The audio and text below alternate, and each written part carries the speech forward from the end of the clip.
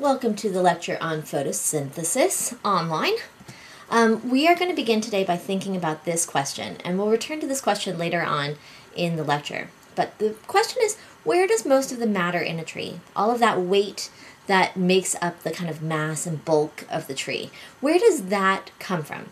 Does it come from the air, water, minerals in the soil, sunlight, or none of the above? So take a moment and write down your current thought. Most people, when asked this question, would say water or minerals in the soil.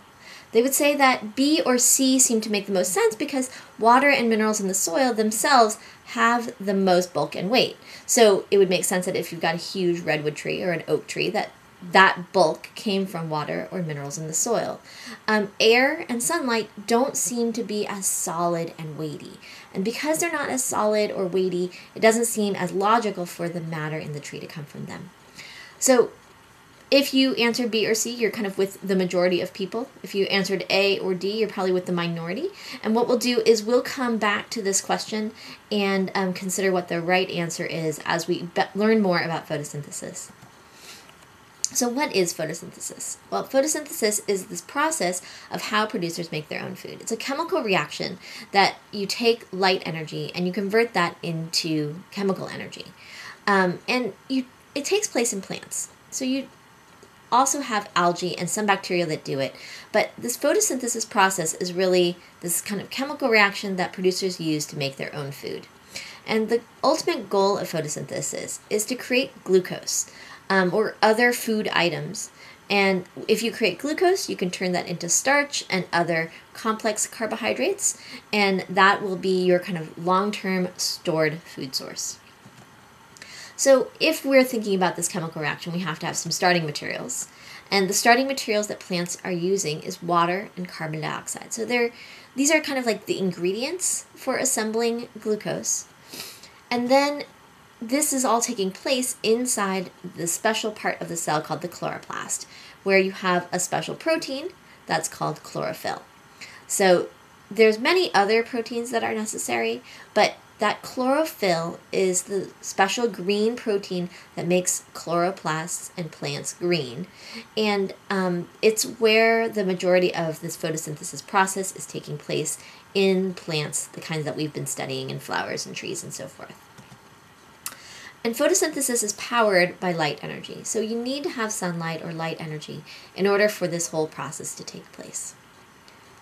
Now, we can think of this process of photosynthesis kind of like an analogy. So you can think about when you bake a cake in your kitchen. You're going to have some kind of ingredients that go into your cake. And the ingredients that go into photosynthesis are 6 molecules of carbon dioxide and 6 molecules of water.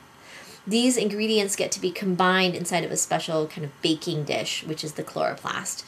And if you provide some light energy, kind of as if you had a solar oven in your kitchen, then a series of chemical reactions happens, that's called photosynthesis, and all of a sudden that carbon dioxide and water is no longer carbon dioxide and water.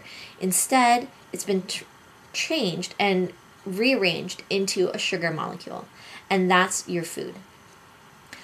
It's in the same way that if you take eggs and flour and milk and sugar and you mix them all together, you don't have eggs and flour and sugar and milk anymore. You have a cake.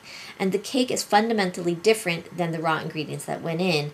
In the same way, the sugar that you get out is fundamentally different than the ingredients that went in, which is the carbon dioxide and the water. And once you've created that food, once you've created that sugar, then you can throw away the extra kind of junk materials that aren't useful. Just like you would throw away the eggshells, but keep the eggs. Well, you're going to throw away the leftover oxygen, and that's why the plants are actually making oxygen. So to do photosynthesis, you're going to need to get your ingredients, your carbon dioxide and water. So how do plants get these things? So we'll first think about how plants get water, and then we'll look at how plants get carbon dioxide.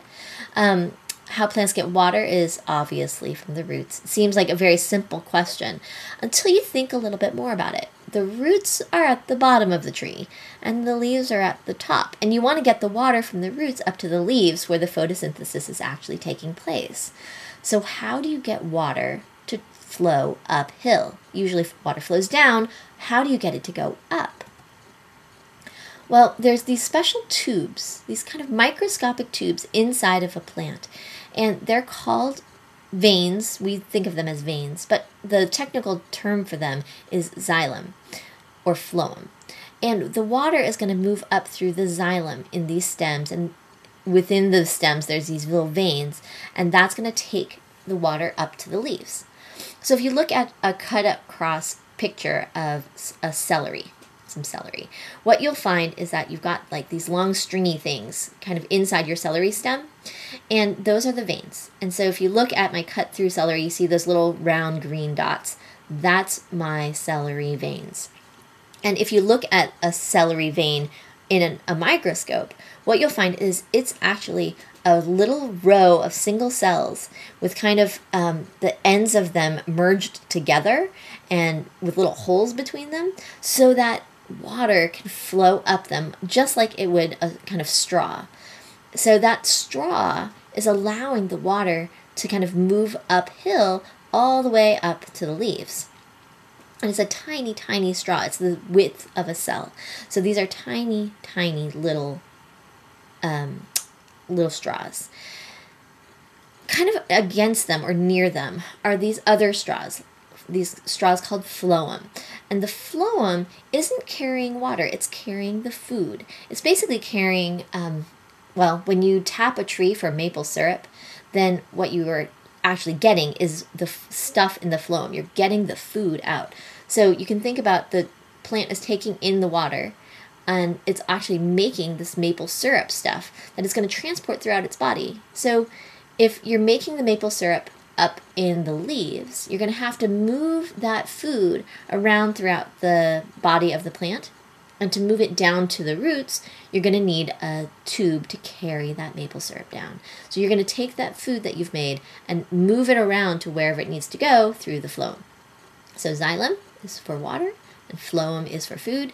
You can remember that because XYZ, XY is very close to water, W, XYZ. So water is W, and xylem is XY. Whereas phloem begins with a F sound like food. Phloem and food. So we know that the xylem's carrying the water, but still we don't quite know why it's going up the xylem rather than down. To answer that, we need to take a look at the underside of our leaf. So if we look at a microscope picture of the underside of our leaf, what you will find are cells, obviously. So if you look at that picture, you see lots of little cell-like compartments.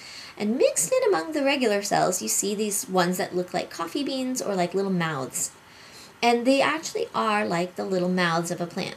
They have thousands and thousands of them on just one leaf. They're little openings on the underside of a leaf that can open and close, letting gases in. It's allowing the plant to breathe. If the plant's going to take in carbon dioxide, it has to open up its little mouths to allow that carbon dioxide to flow in. It's also going to let other gases move in and out. So for instance, the plant is getting rid of oxygen, so that's where the oxygen comes from. It comes out of those little mouths, those little stomata. And the water vapor is also leaving with them. So if you use your mouth and blow on your hand, you'll notice that that air is wet, right? It's not that you're trying forcibly to get rid of water from your body. You want to keep that water. However, it's just a natural part of whenever your mouth is open or whenever you're breathing, that water is going to be escaping your body. And so eventually you need to drink more water to replace that water. Same thing with a plant. Whenever those little mouths are open, then a little bit of water is going to escape.